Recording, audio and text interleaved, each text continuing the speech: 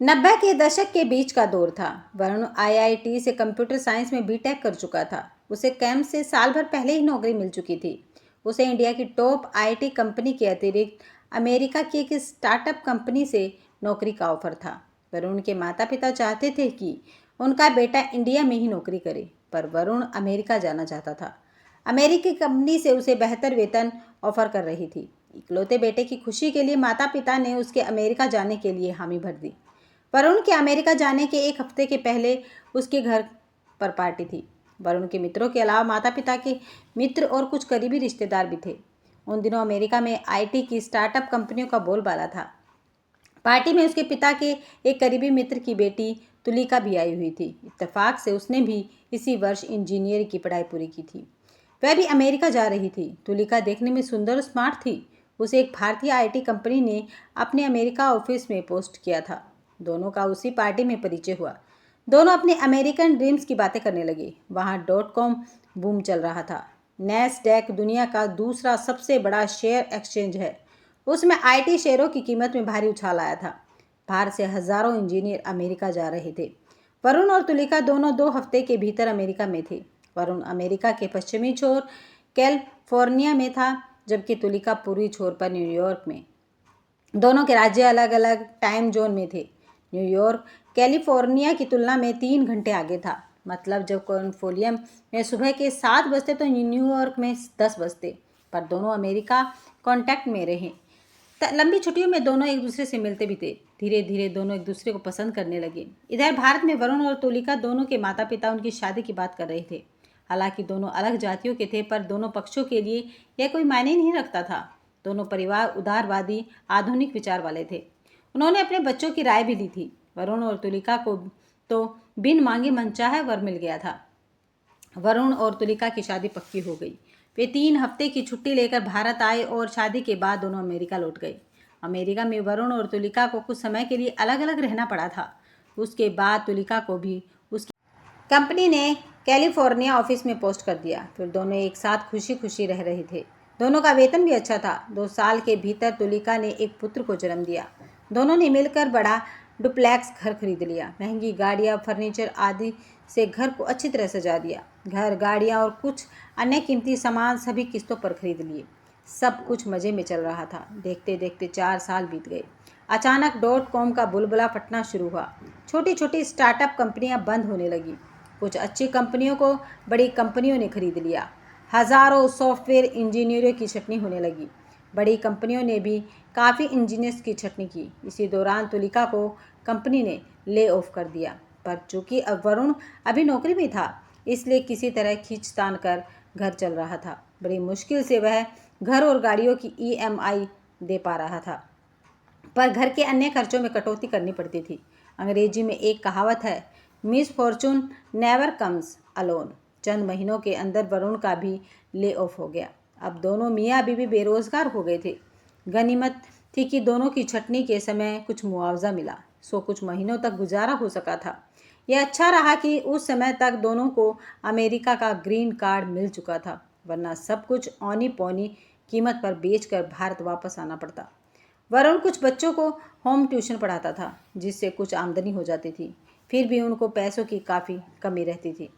इस भी तुलिका जिस कंपनी में काम करती थी, उसका मालिक एक अमेरिकन था, हंटसन। उसकी उम्र 40 वर्ष से कुछ कम रही होगी। उसकी शादी के 10 वर्षों के बाद भी कोई बच्चा नहीं था। दोनों मियाँ बीवी एक बच्चा चाहते थे, पर मिसेज हडसन इसमें सक्षम नहीं थी। उन्हें एक सैरोगेट मदर की तलाश थी। एक दिन उन्होंने तुलिका और वरुण दोनों को डिनर पर घर बुलाया। वरुण और तुलिका अपने बेटे आशुतोष के साथ हंसन के घर गए। हंसन दंपति ने उनका गर्मजोशी से स्वागत किया। आशुतोष उनकी पालतू बिल्ली के साथ खेलने लगा। हंसन ने प्यार से उसे कहा, हाउ क्यूट बॉय। मिसेज हंसन बोली, तुम लोगों को बहुत ज़रूरी काम से याद किया है हमने। तुम लोग बुरा न मानना, एक रिक्वेस्ट है हमारी। हम दोनों पति पत्नी संतानहीन हैं और एक सैरोगेट मदर की तलाश में हैं। तुलिका, तुम अगर चाहो तो हमें बच्चा दे सकती हो। तुलिका बोली, भला मैं इसमें क्या मदद कर सकती हूँ। हंसन बोला, मेरी पत्नी माँ नहीं बन सकती, पर तुलिका अगर तुम चाहो तो यह कार्य कर सकती हो, सैरोगेट मदर बनकर। यह सिर्फ हमारा विनम्र निवेदन है। तुम इस पर विचार करके हमें बता देना बाद में। तुलिका और वरुण एक दूसरे का मुंह देखने लगे। मिसेज हंसन बोली, तुमको शायद पता है कि नहीं, कैलिफोर्निया एक सैरोगेसी फ्रेंडली राज्य है। यहाँ कमर्शियल सैरोगेसी वैध है। तुलिका बोली, मिसेज हंसन, आपको शायद पता हो हम भारतीय मातृत्व का सौदा नहीं करते। मैं जानती हूँ तुलिका, इसलिए शुरू में ही हंसन ने कहा था कि यह हमारी विनम्र प्रार्थना है, पर हम यह भी जानते हैं कि तुम लोग दिल से बहुत उदार होते हो।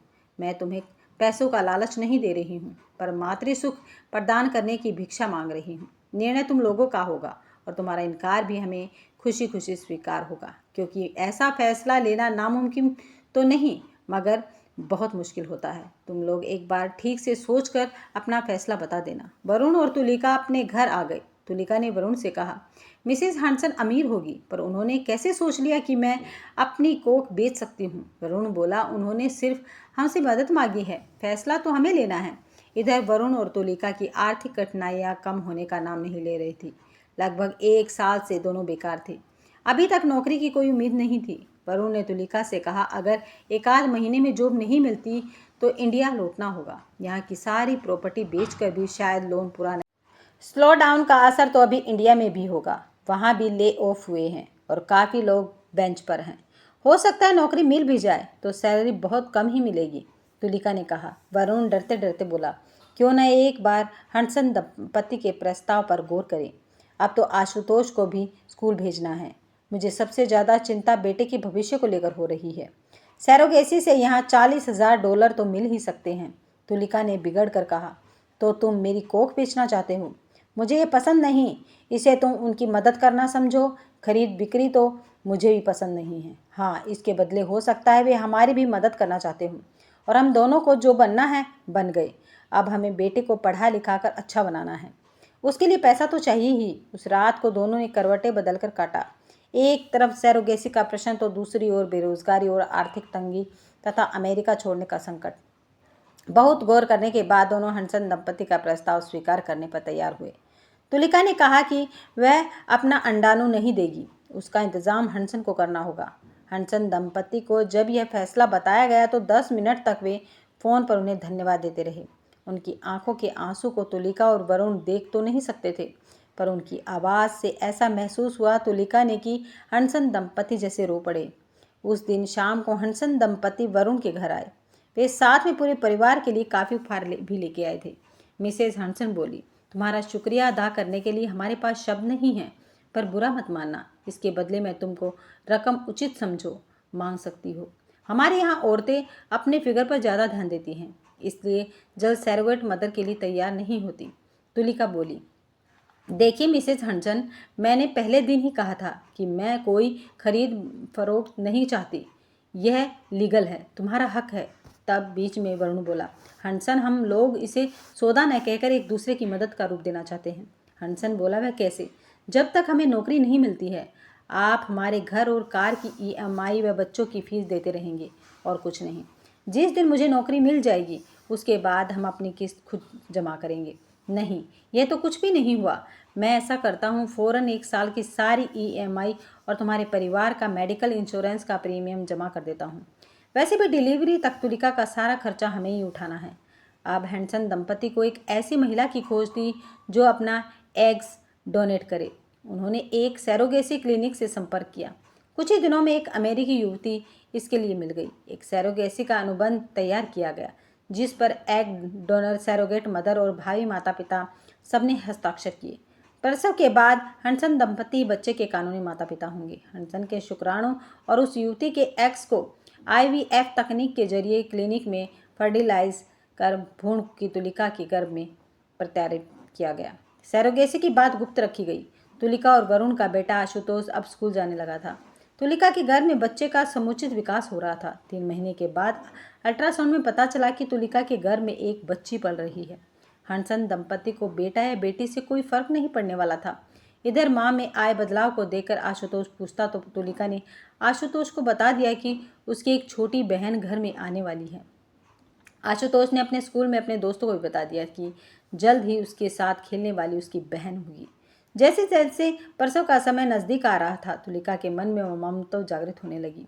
यह सोचकर कि 9 महीने तक जिसे अपनी कोख में रखा उसे प्रसव के बाद हंसन दंपति को सौंपना पड़ेगा, वह उदास हो जाती थी। आखिर वह दिन आ ही गया।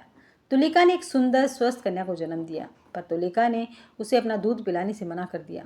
ऐसा उसने सिर्फ यह सोचकर किया कि अपना दूध पिलाने के बाद वह बच्ची को अपने से जुदा नहीं कर पाएगी।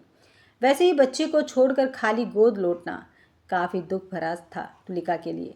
उधर उसका बेटा आशुतोष घर पर बहन की उम्मीद लगाए बैठा था। बहुत मुश्किल से उसको वरुण ने किसी तरह चुप कराया कि बहन को डॉक्टर नहीं बचा पाए।